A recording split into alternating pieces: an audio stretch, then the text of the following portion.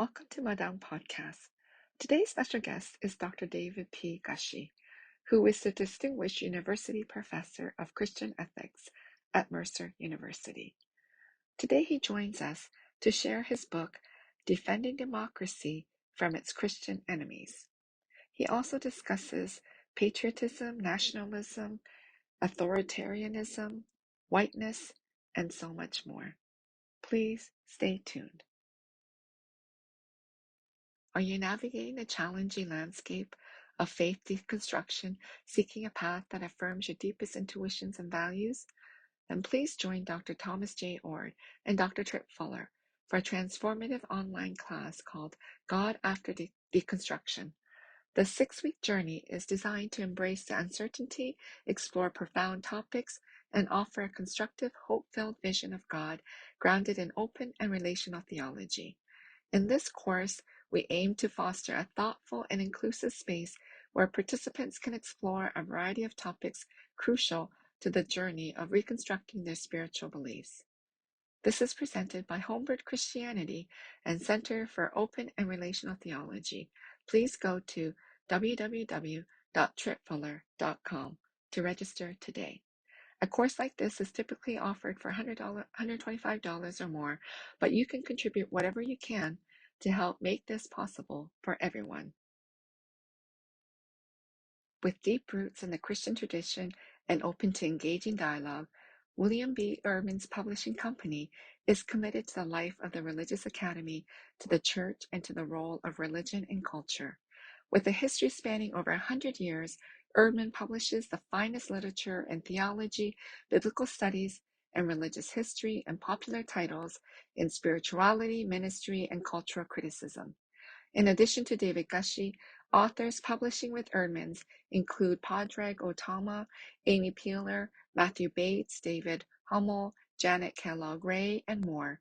Popular themes throughout the 2024 book season include titles on evangelicalism and politics, faith deconstruction, and a supply of captivating literary nonfiction selections. Visit the all-new www.erdmans.com to order your books today. While you're there on the website, remember to sign up for our monthly newsletter called The Logo to stay in the know regarding upcoming releases, author events, and all things Erdman's. I'm going back to the Wild Goose Festival on July 11th to the 14th at Union Grove, North Carolina. Please join me at this wonderful event with fantastic preachers, speakers, musicians, and more.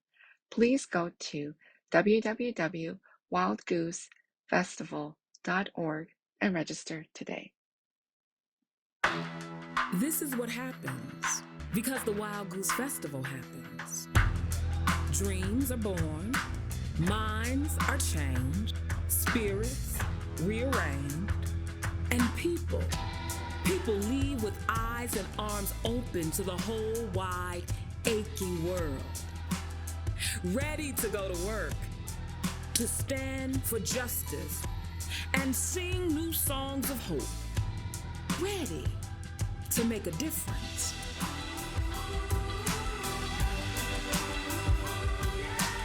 This is what happens because the Wild Goose Festival happens. Tears and laughter collide, converge, make something amazingly new together. Sometimes even mercy falls like rain. Questions are brought out of hiding, and somehow, some way, hope rises like bread. This is what happens because the Wild Goose Festival happens. And the Wild Goose Festival only happens because of you.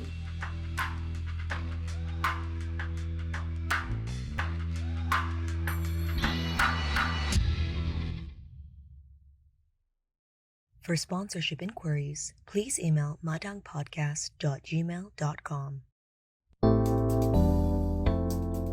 This is Madang, an outdoor living room for guests to share their experiences and their work. I invite you to come in and stay for a while.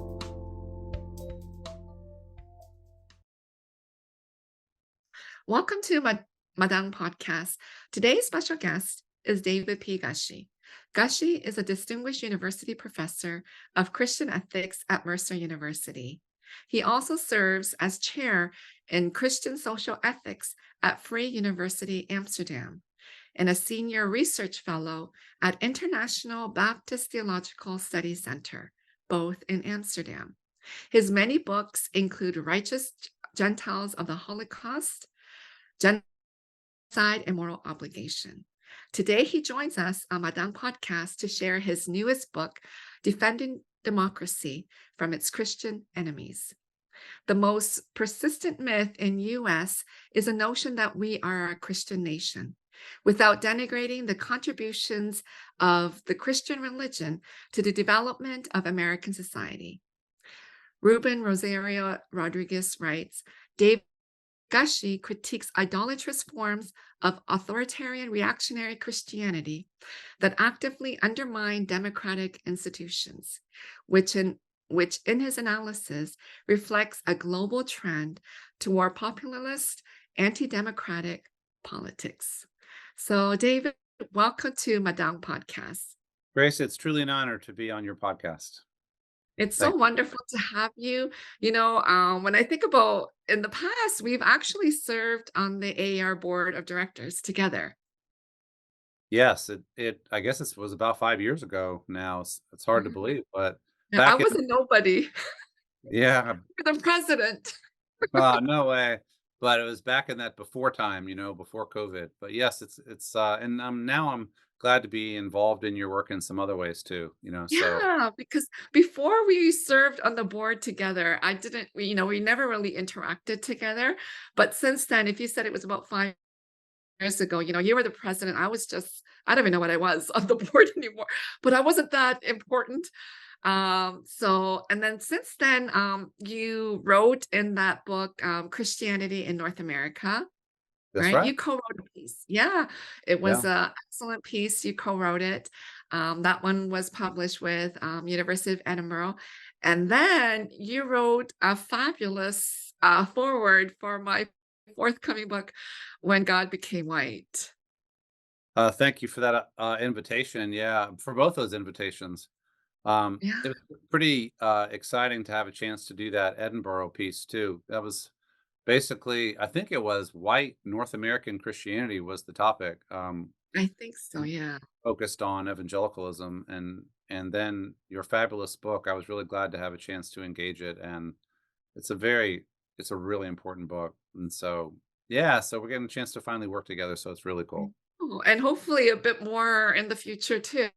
I hope so. So, I love everything that you do. So thank you. And I think you've written over 24 books, right?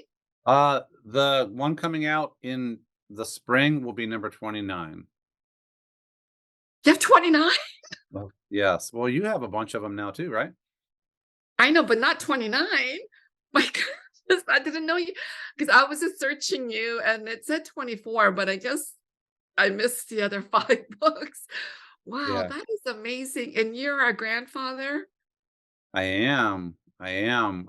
My happiest days are spent with our grandkids. We have 3 grandkids who are 9, 5, and just under 1 years old. So Wow. yes, A grandpa. 9-year-old? Yes. Wow, you became because you're so young. I don't think you're much older than me, but you became a grandfather so early then. Our oldest married pretty early, and then they had Jonah before too long. So yeah, the younger you are, the more energy you have to deal with kids. So Mhm. so that was a gift actually. Whether we'll have more grandkids, I don't know, but such a blessing. Yeah. Yeah, that's so great. I know my kids probably won't listen to Madang. Well, once in a while they do, but if they are, that's always my wish that one of them will hurry up and get married and have some kids. Well, I hope that dream comes true for you for Yeah, sure. because by the time, when I think about when my mother was the same age as me, I think she already had like 2 or 3 grandkids. But then she had, she got married young and, that's, yeah. But anyway, times are Yeah. different, but congratulations on your 3 grandkids. That's Thank you. amazing. Thank Yeah. you. So today we are here to discuss this amazing book, Defending Democracy from Its Christian Enemies. Fabulous. Did you come up with the title or did the publisher? I did. It just came to me. I was the origin of the book was my inaugural address at the Vrije University of Amsterdam in um, May of 22. Um, and uh, and I just knew that that was what the title needed to be, and as I developed it, it never really changed. It's a pretty provocative title, um, Yeah. but I think it's a descriptive one. So yeah, I didn't feel the need for a subtitle. It says what it needs to say, you know? Yeah. No, it's a great title because I would be scared to write from Christian Enemies, but anyway, I'm glad you did. At least someone has to do it, so I'm glad you did that.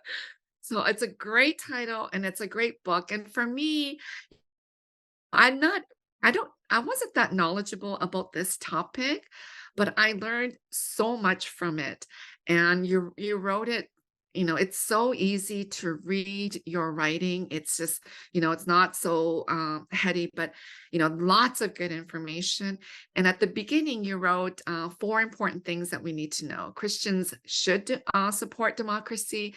Many Christians instead favor authoritarian and reactionary political trends. Christians turn out to be among the leading threats to democracy, and Christians need to remit to democracy.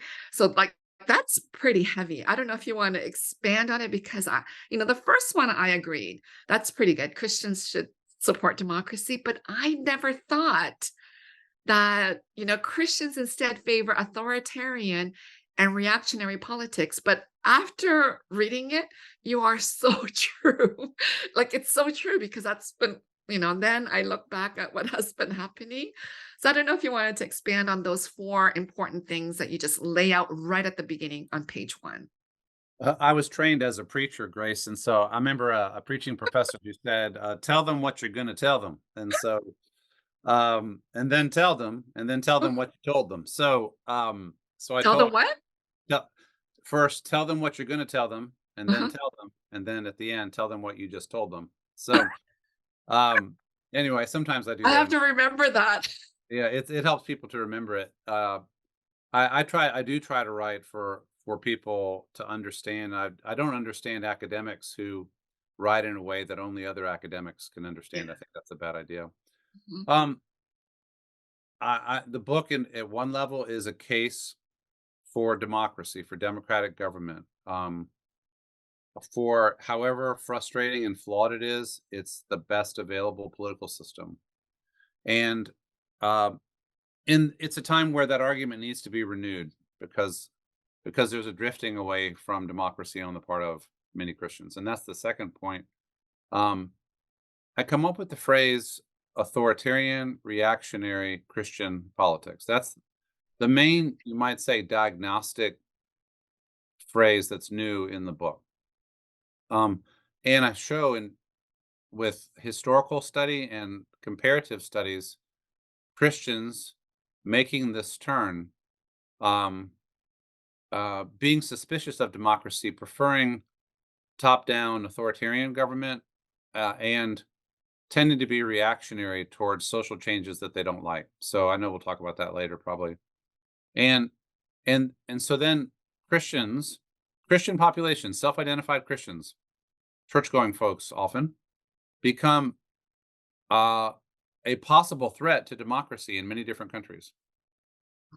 Um, which is shocking because we always want to have Christians be on the good team, but sometimes they're not. Um, and and that now is a time to remember why Christians from the early modern period gradually made their way to the support of democracy and need to do so again right now. Yeah. Well, when you wrote that second point, all I can think about was Trump. I Yeah. don't know if you had is that what was happening with Christians who really follow Trump? And we're going to go into the next election cycle. Is that what's happening, where Christians instead favor authoritarian and reactionary political trends?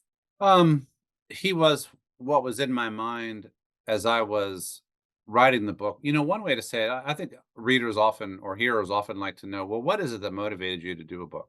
Yeah. What motivated me to do this book was shock at everything that happened during the Trump presidency, shock and dismay, and then January 6th was a big culmination of that, and the way that Christians, the self-identified Christians, were his some of his strongest supporters and still are. Evangelicals, which is the community that I come from, but not only evangelicals. So I started off by saying, okay, how could this have happened? A lot of people were asking that question. And I thought, and the main term that has been used since 2019, 2020 is, oh, it's the problem is Christian nationalism. Hmm. And I concluded, while that was helpful, and some of the studies that have been done there are helpful, that I thought it was possible to sharpen the description. Um, and so reactionary means these are people who react with visceral negativity to most of the social changes that have happened in our country since the 60s. And authoritarian means both that they have a vision of kind of centralized authority determining what people should believe and do, um, and a growing impatience with democracy when democracy does not deliver the results that they want. And Trump Hmm. embodies both. Um, he's not any kind of Christian, but he exudes that reactionary resentment, right? Um, and he also exudes authoritarianism. It will be how I say it is. Nobody can tell me what I can and can't do. Um, and so he found democratic constraints like a Supreme Court that didn't always let him do what he wanted, or Congress that didn't always support his ideas, or an opposition party, or the media. Classic authoritarians want nobody to get in their way as they pursue their goals. But anyway, the book ends up showing that it isn't only Trump. And authoritarianism is a form of government. And you see it both in countries that say that they're Christian and in countries that don't say they're Christian. And you see it in countries that say they're democracies and in countries that don't say they're democracies. Um, Centralized authority, nobody to tell the big guy what he's not allowed to do.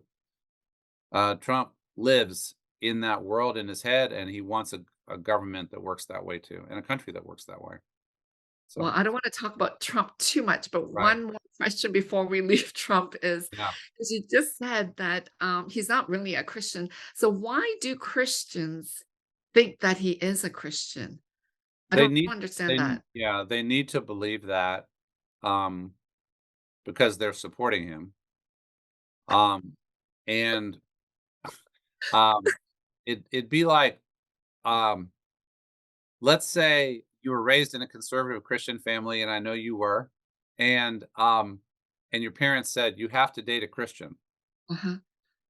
Um, but the person you fall for is, something else. Hmm. Um, but you tell yourself and them that you've actually found a Christian because it's really, really important to you that they allow you to date that person, right? I think that Christians fell for Trump. A lot of these evangelicals fell for Trump because they liked the reactionary spirit and they liked the patriarchalism and the veiled or not so veiled racism and xenophobia and stuff. Um, and they actually liked the authoritarianism. Um, And so they either had to say, well, he's not a Christian, but he gives us what we want and believe in, so that's fine, or he actually is a Christian. The most hilarious is the, oh, he's a baby Christian, or he just converted, or he's always just on the brink of converting or something, or still working on his baby Christianity. The things that people tell themselves to be able to feel good about themselves, it's hilarious sometimes if it weren't so sad, you know. Well, yeah, I shouldn't be laughing about it because it is very dangerous, and he may be, elected again. And so I don't understand why people can't just open up their eyes and see what he is. and what he stands for. So thank you. That is really helpful for me to understand what has been happening and what continues to happen.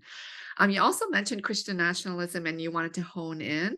I thought your book was so helpful because you laid out, the difference, patriotism, nationalism, and then ultra nationalism. So for our listeners, what are these three terms? Because they're really important to understand democracy too. Yeah. In Christian ethics, which is my field, there's been a long tradition of thinking about how Christians should relate to the countries that they live in, right? Mm, Um, Patriotism simply means love of the homeland, right? Love of the fatherland or the motherland. And in general, Christian ethics, in its 150-year-old tradition, modern incarnation, has been willing to offer a qualified acceptance of patriotism. It's natural for people to love their country and to love their homeland and their people. Um, it's kind of like loving your parents or feeling a sense of connection to your siblings or something. It's natural. The problem is if it gets hyped up to become something like nationalism, which is maybe an excessive patriotism, a idolatrous patriotism, a patriotism that is unwilling to ever think critically about what the country is doing. I remember during the Vietnam era, people shouted at the protesters, "My country, right or wrong." wow. Yeah, so how dare you challenge our country? I'm going to support it, whatever it does. See, that's uncritical patriotism. So you might say that nationalism is hyped up, uncritical patriotism. Mm, And then, you know, ultranationalism would be go up higher on the scale, right? Even more hyped up, even more uncritical, and even more denigrating of other peoples, other nationalities, other countries. Maybe an imperialistic posture. We are allowed to do whatever we want to these other people. They are lesser. Um, they may even be seen as like a somewhat of a lesser breed or a lesser tribe or species or whatever. So ultranationalism tends to get connected to conquest and violence and genocide and the dismissal of the rights and dignity and needs of other people. Um, so I think that my problem with the use of the word Christian nationalism in the current conversation is that I don't really think it's that they're talking about.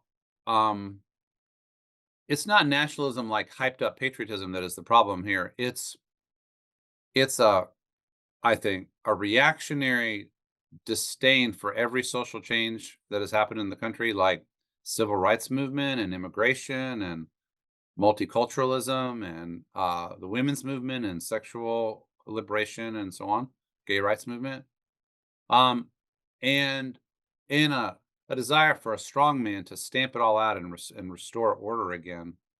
I don't really think that's nationalism. I think it's something different. Um, but but there is one way to draw the connection is if authoritarian reactionary folks were to succeed, the achievement would amount to the forcible creation of a conservative, patriarchal Christian nation.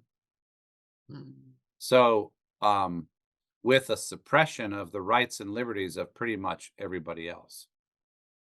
And in that sense, you might say that Christian nation of that type is the goal. mm. Um, Reactionary spirit is the jet fuel that gets people there.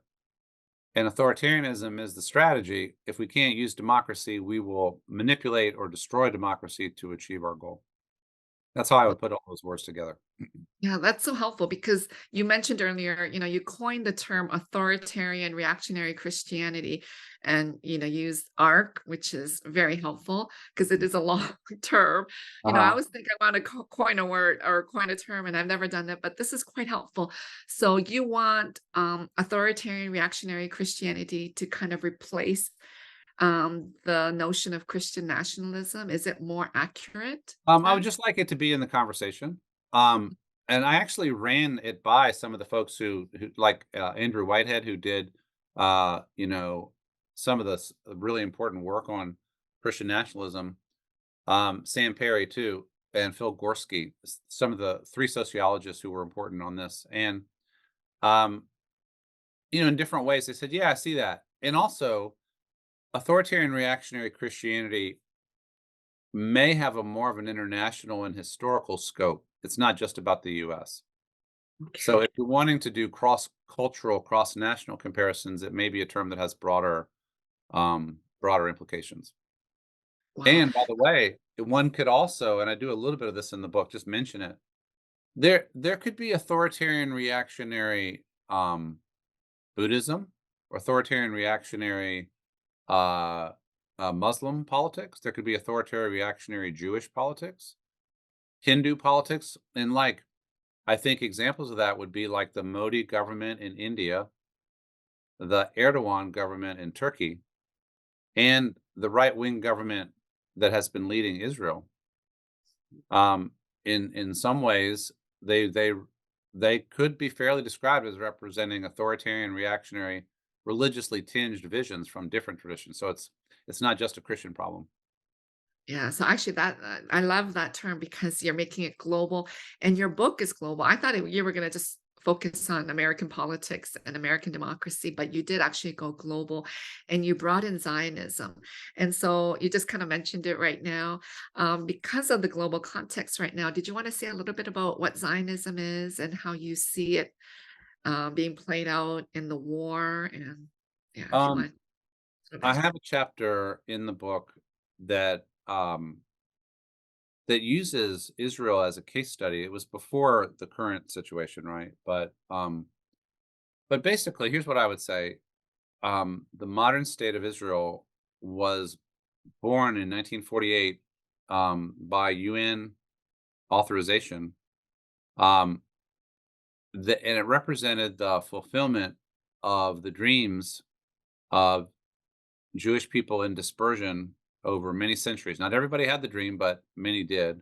And for many, many decades, Jewish people had been settling in the former homeland, Palestine, and and the founding government of the modern state of Israel was interestingly secular and socialist and Zionist, but not religious Zionist. Zionism here basically meant a homeland for the Jewish people on at least part of its historic territory. And um, the the chapter talks about how um, this secular, socialist,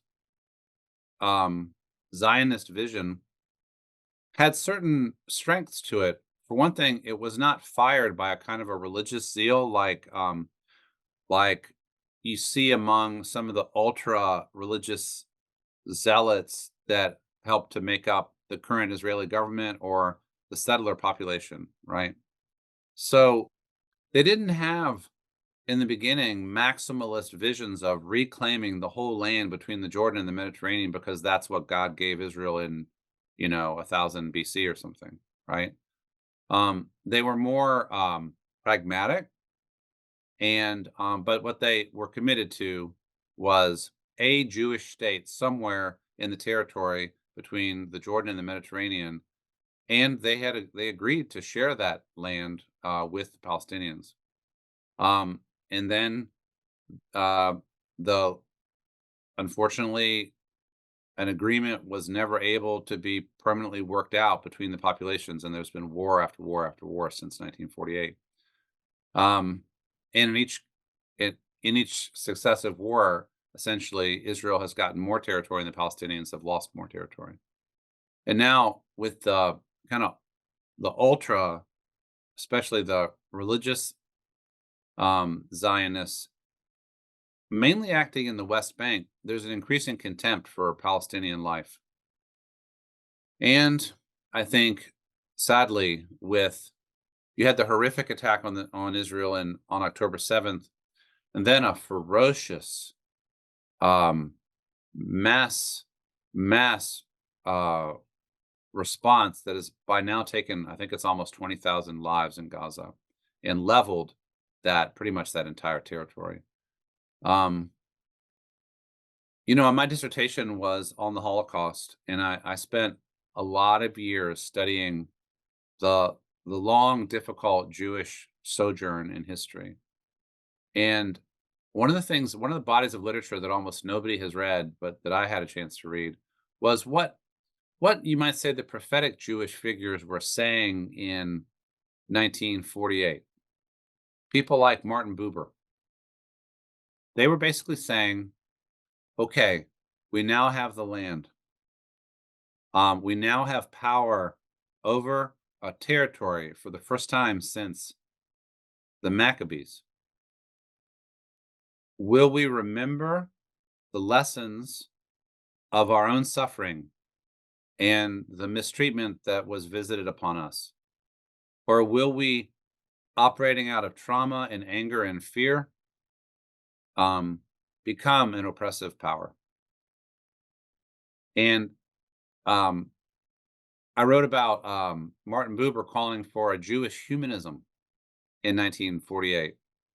Uh, People like Abraham Joshua Heschel and Elie Wiesel. Elie Wiesel tended to be a little more uncritical of Israel, but basically saying we have values, these values that we see in the prophets. We must be constrained by these values.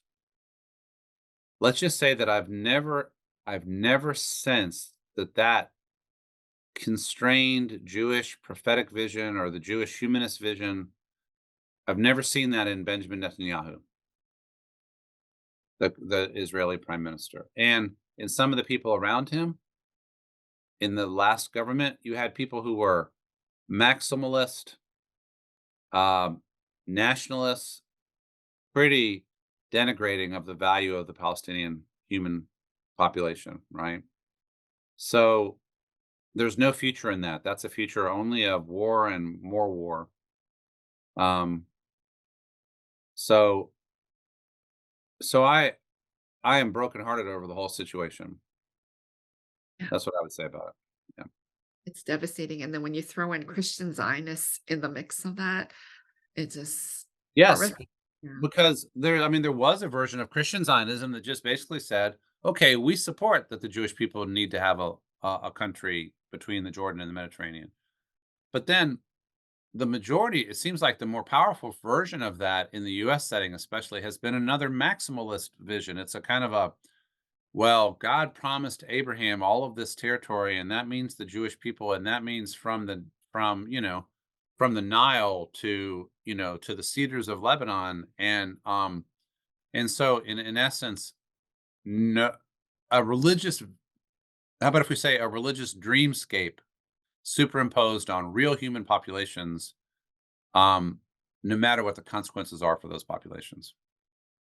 So yes, U.S. Christian Zionism has been a destructive, a really destructive part of this story. And by the way, some of these are the same people who are supporting authoritarian reactionary Christianity in the U.S.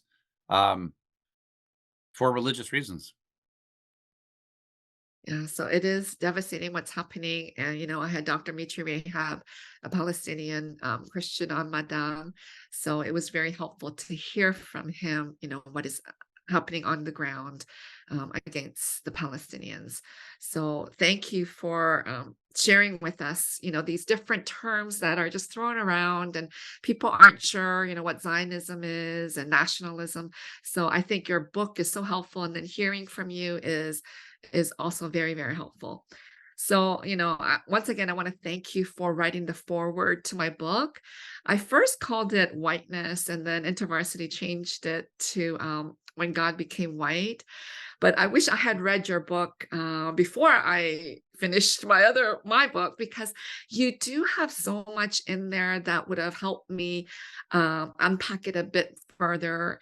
And you quote Robert Jones, P. Jones, who I also had on Madang.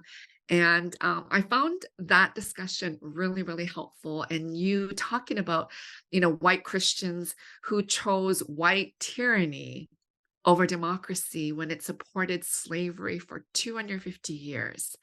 So I don't know if you want to say a little bit about that. I thought it was so helpful. Um, in the latter part of the book, after analyzing the problem of authoritarian reactionary Christianity, I ask, do we have any resources in the Christian, you might say, in the toolbox that can help us be pro-democratic?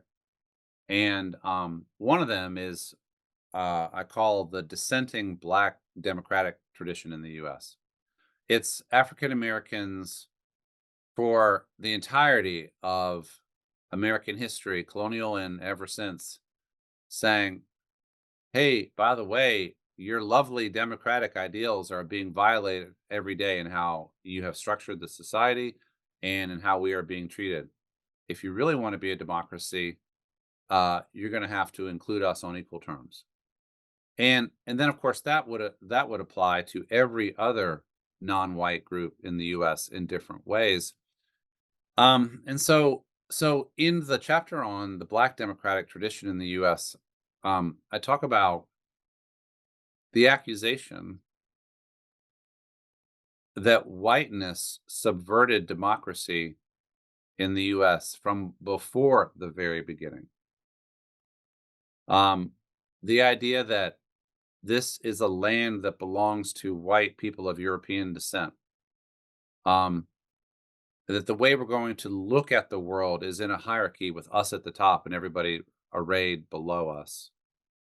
And as your book so beautifully indicates, and the way we're going to look at God is as a white guy, basically, Mhm. ratifying and blessing our conquest and domination. And a white male God ratifying patriarchy. So one way to look at what's happening in the US right now is a struggle between a tribalist white quasi-democracy vision. You might, to be provocative, you might call it a Confederate States of America vision, or a slaveholder vision from 1810, versus a perfected democracy or an improved democracy in which, at last, the promise of life, liberty, and the pursuit of happiness, and all people are created equal, is actually put into place.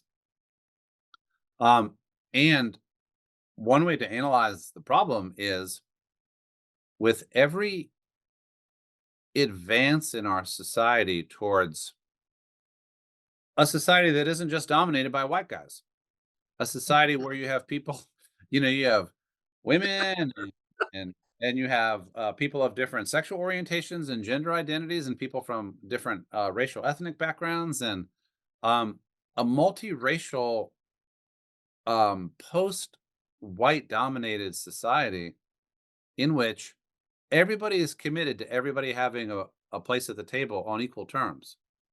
That's my political vision. That's what I mean by democracy. I picture a big round table with everybody gets one chair. Nobody gets more than one chair. And everybody's voice counts the same.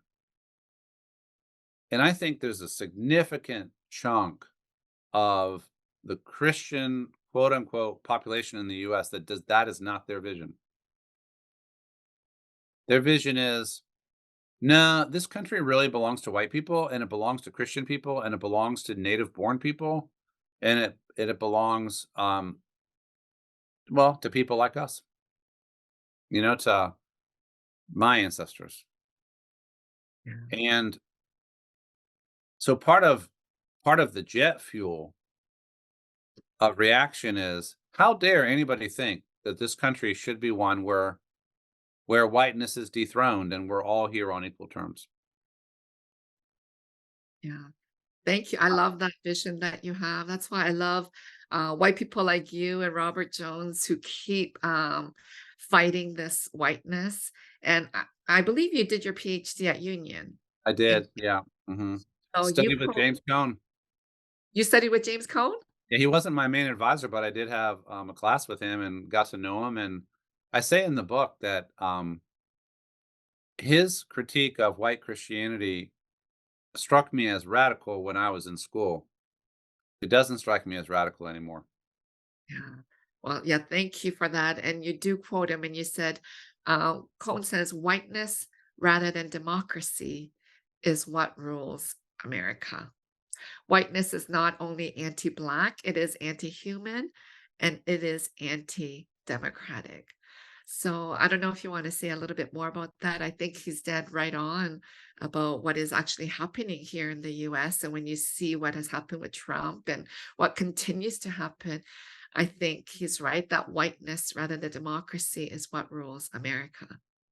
Um, Now, some people would say that money is what rules America, and that They go together.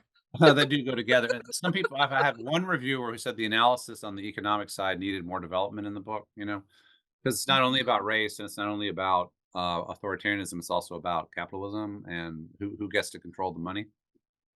But you know, um, I think a clue here that helped the scales fall from my eyes was the vicious white Christian quote unquote reaction to Barack Obama. Mm, I think the election of Barack Obama twice to be president utterly freaked out a chunk of the US population. A sense of an alien other in the White House. Um, a sense that the democracy was producing inconceivable results. Um, and then when 2016 election cycle came around, and I mean, there was a little bit of contingency and chance here, but there were 17 people running for the Republican nomination in 2016. 17. And the party, in the end, picked the most reactionary, um, the most anti-Obama, uh-huh, the one with the worst track record on race, I think, of, uh-huh, of all of the 17 options. So, in other words, they picked the anti-Obama. mm, Also, a person with an awful record of personal moral integrity and business integrity. And so, to me, just to me, Trump represents a kind of a it's like a raised middle finger to a country that would elect Barack Obama president twice. It's like, oh, is that what you're going to do? Okay, well, f you, and we're going to be the exact opposite. And sorry to be crude, I never speak this way on podcasts, but I really think that about describes it. Um, uh-huh. and so I was also struck by the people who in 2015, 2016, the black people especially, who said, we knew it was going to be Trump and we knew he was going to win. So it's like, the issue is, how could you all have been surprised? We weren't surprised because we understand this country better than you do. And so there were a lot of us that a lot of illusions were shattered that maybe some less privileged people didn't have to have illusions shattered because they didn't have the illusions in the first place. I do want to say about my friend Robbie Jones from Mississippi. Yeah. His another Southern Baptist background person, just like me. His recent work is some of the most honest excavation of white racism that has been produced in the last 50 years, and he's exploring his own roots. And there's a repentance in that work that I want to honor, and I hope that my work kind of has some of that too. Like, um, what has happened? what has happened with the white Christian population in the US, it's not everybody, but it's a lot, it's the majority, is shameful. And it's so distressing, and it needs to be named, it needs to be analyzed, but it also needs to be repudiated and repented. And my work hopefully is helping to contribute to that. So at least I hope so. Yeah, it is. And this conversation is so rich. I'm just enjoying it so much. I'm thinking I may have to have you and Robert Jones in a discussion together because you guys have such similar backgrounds and you're kind of covering similar topics at this moment. So I find it both of the very, very helpful. You also quote a Cohn and says white supremacy is older than democracy. So that was a shock to me that, wow, I didn't realize that this is happening. And it helped kind of explain so many things that has happened here in the US soil. So can you just elaborate a little bit on what Cohn is talking about? And you also quote Eddie Glaude too, who I really, really love. And I know he has a book coming out, so he'll be on Madang too. Mm. So, the three of you kind of doing this and Cohn in the mix is just a helpful discussion for so many of us who are trying to make sense of what is happening here in the US and across the world. I had the privilege of getting to know Eddie in the presidential succession group at AAR when we were all in there together, and so Yeah. much respect for him. Um, uh, White supremacy is older than democracy. It's just a fact. I mean, white supremacy, the idea that white people are supreme, the supreme race. And then it got conflated with Christianity. Whiteness equals Christianity equals superiority, equals the right to rule, the right to dominate, the right to conquer, the right to enslave, the right to bulldoze existing populations. Um, it's such a hubristic kind of prideful vision.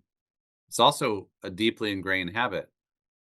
And Robbie traces it back to the doctrine of discovery. Um, Others are tracing it back even further. Certainly, it goes back to the origins of colonialism. Um, the the great wide world that we are setting out in our ships to conquer, it belongs to us, and others are allowed to live if we choose that, and if they knuckle under to our definition of reality and our power. Um, we're free to enslave an entire race of people and to justify that from within the terms of Christian faith. Um, and the democracy that we built, 1776 and 1789, with both Enlightenment and Christian influences, was compromised by the white supremacist vision that got there before. So we're going to have democracy, but also slavery. And we're going to count slaves as three-fifths of a person. Um, the most symbolic, telling negation of all people are created equal.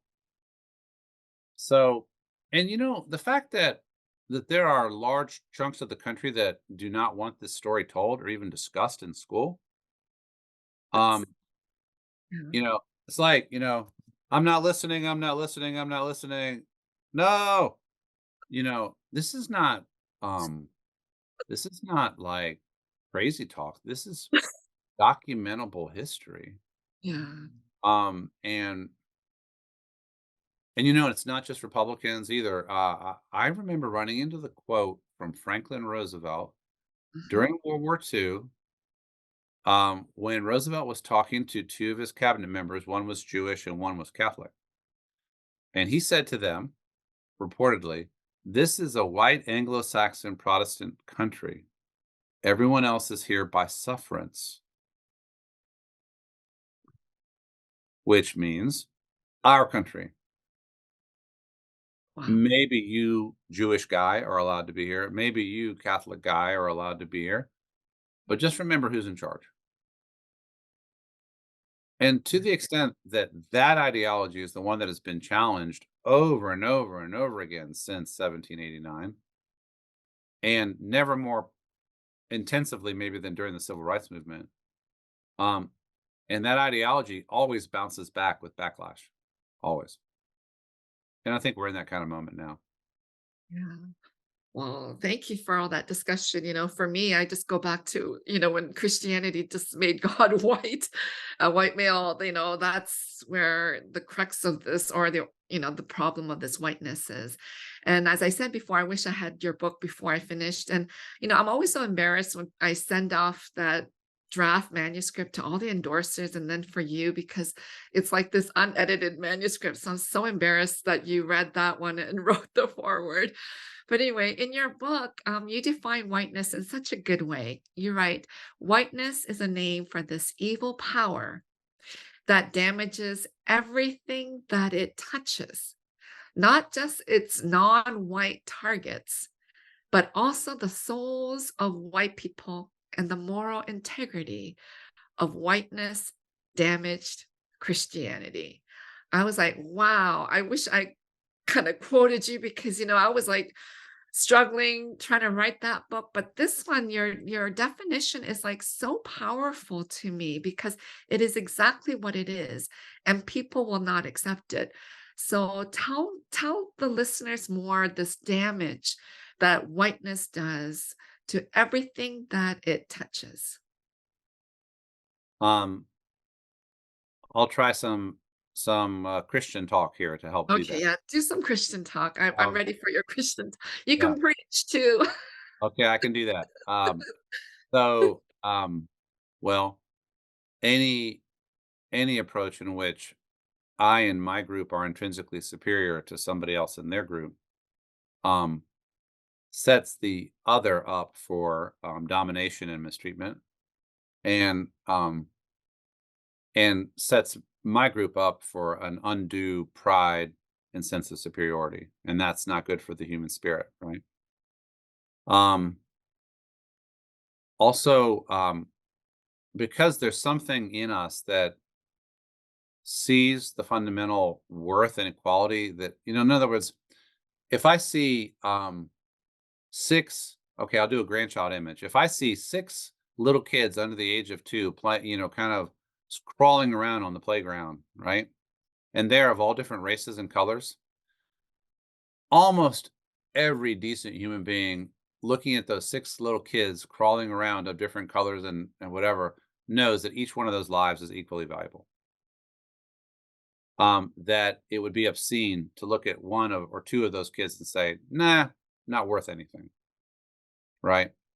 Um, so there's something in our gut that knows this.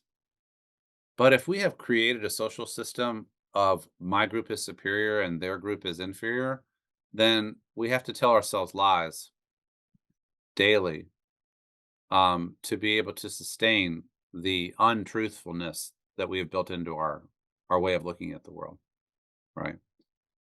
Nobody wrote about this any better than James Baldwin, one of my favorite writers. Baldwin Baldwin talked about the enormous psychological and intellectual effort that white people had to undertake on a daily basis to believe all the lies that they told themselves and about other people, right? Uh-huh. Um, and then the sustaining a sense of innocence was the hardest of all. I think there's one quote from Baldwin where he says, um, "It's not just the injustice; it's the innocence that is the most obnoxious. To victimize whole populations and to remain blissfully ignorant of what you're doing and feeling innocent about it is quite an achievement." Um, so my presidential address for AAR was a study of novels by African American writers, and I just listened for what these classic and contemporary novels said about white people, what the characters were saying, what they were observing, and that was quite an experience. Kind of a risky presidential address approach, but it was well received. But what they said repeatedly is white people living in so many lies and so much self-deceit and so much damage that they do to themselves and other people. It's an exhausting thing to even have to witness, let alone to be. Um, so so it hurt, Martin Luther King said, Racism hurts the oppressed for sure, but it also hurts the oppressor." Yeah. It distorts their sense of self-worth and the reasons why one would feel worthy. Um, Damages human relations, creates alienation, creates distance in relationship with God if God is rightly understood. So it damages everything that it touches. Yeah. And it damages democracy too, right? Yeah, that is so helpful. I love the book, Defending Democracy from Its Christian Ethics. I mean, from its Christian enemies, sorry. And, it's such a helpful book. And then at the end, you have these great discussion questions. So before we end, there was one that caught my attention. It says, church community is more authoritarian Oh, or more democratic in its practices? I thought that was such a great question. Church community is more authoritarian or more democratic in its practices?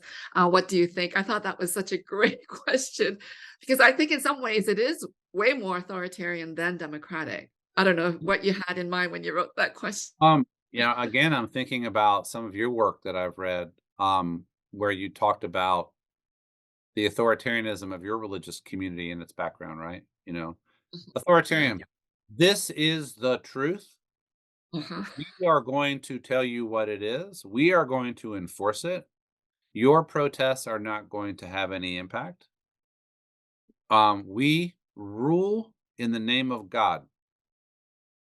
And what I'm saying is, working on this book reminded me that probably more Christians around the world live in that kind of religious subculture than live in a subculture that's more like, together, we equal and equally significant members of the community of faith wrestle with the meaning of our faith and what it means to follow Jesus.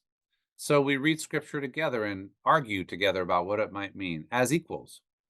And different people have a voice, and their voice matters. So again, it's that round table.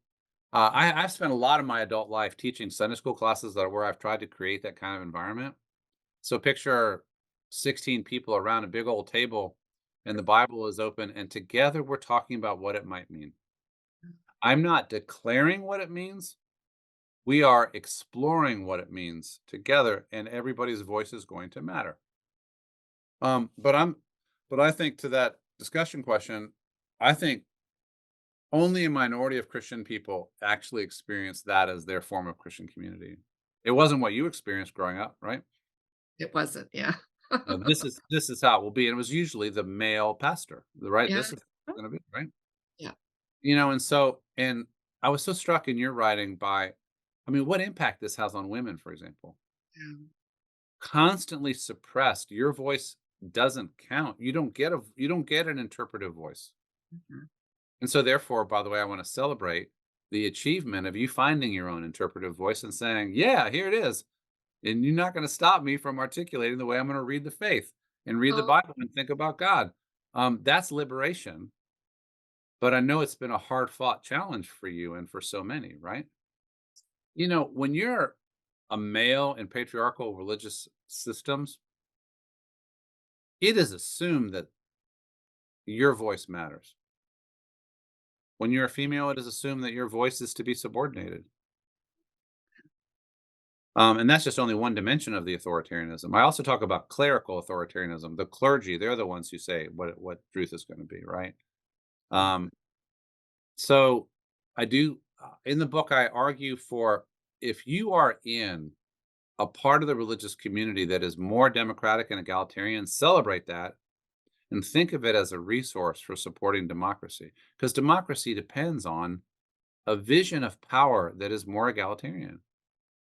When we go to the polls on November 5th, everybody who is allowed to vote, every citizen, everybody who has the franchise, has one vote. And nobody's vote counts more than anybody else's. That's so egalitarian. It took a long time to get there. yeah. Uh-huh. Um, And part of what the book is about is Christianity was dragged kicking and screaming into the democratic age because it was more used to top-down authoritarianism.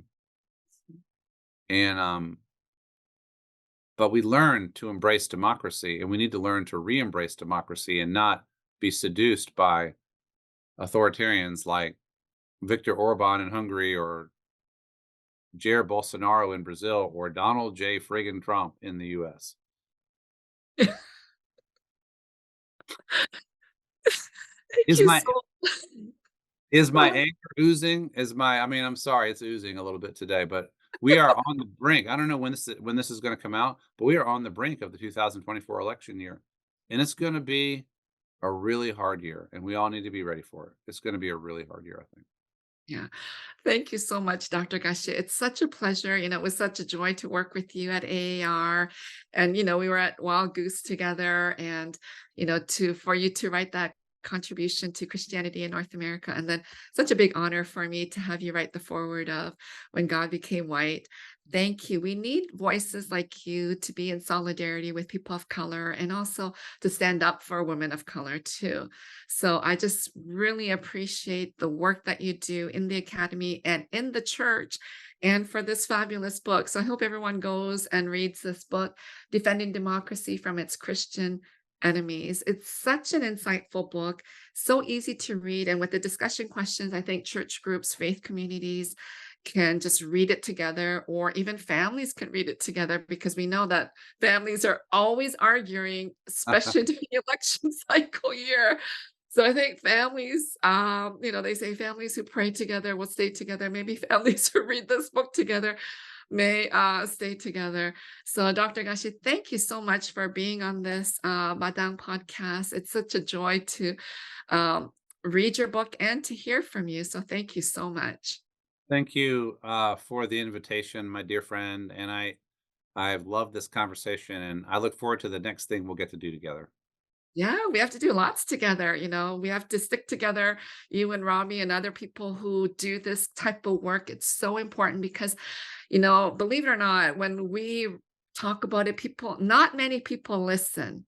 That's the hard truth. But when white folks talk about it, you have a bigger audience. So I'm just grateful for your work and being in solidarity with us, people of color, and with women of color. Thank you so much for your work. You're very welcome. All of us are needed. I think we have a majority when we all work together. We can't be divided. And so in this upcoming year and in the years to come, let's keep working together. Yeah.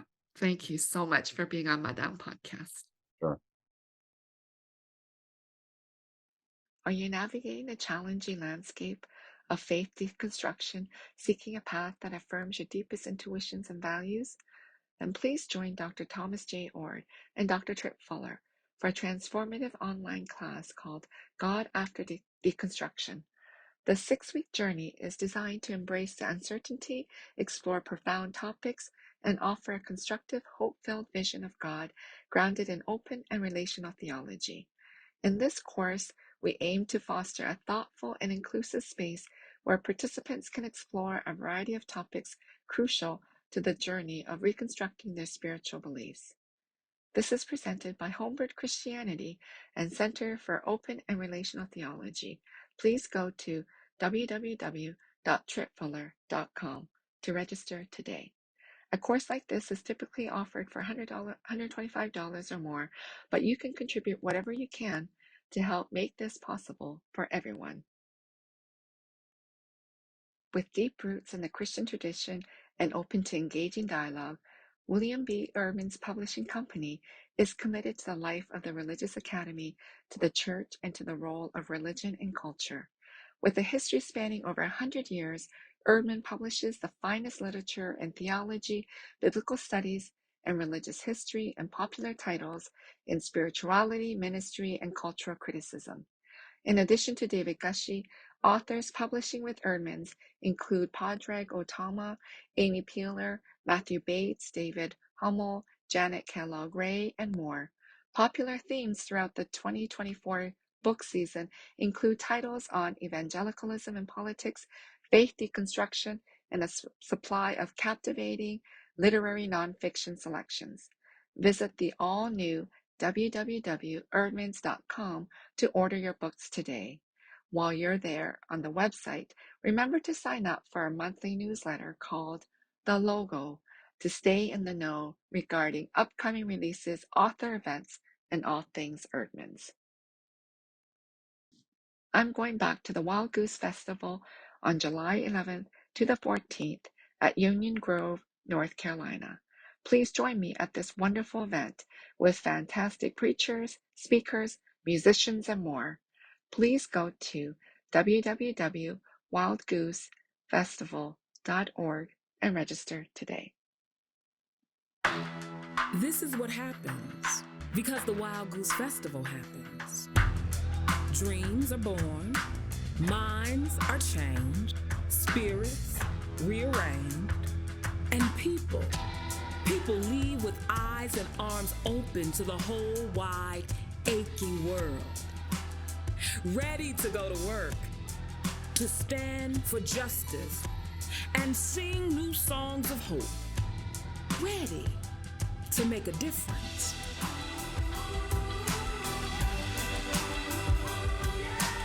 This is what happens because the Wild Goose Festival happens. Tears and laughter collide, converge, make something amazingly new together. Sometimes even mercy falls like rain. Questions are brought out of hiding, and somehow, some way, hope rises like bread. This is what happens because the Wild Goose Festival happens. And the Wild Goose Festival only happens because of you.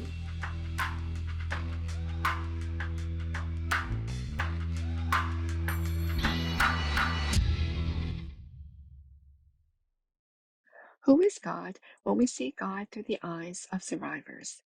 Many books have dealt with sexual abuse scandals in the church and the role of pastoral care for survivors. Others have provided liberative readings of biblical texts to support survivors of sexual violence. Surviving God takes a new approach, centering the voices of sexual abuse survivors while rethinking key Christian beliefs, starting from experiences of oppression, beliefs that contribute to oppression are challenged, and new, hopeful, and healing beliefs take their place. Please pre-order Surviving God, co-written by Dr. Susan Shaw and Grace G. Sun Kim. For sponsorship inquiries, please email madangpodcast.gmail.com.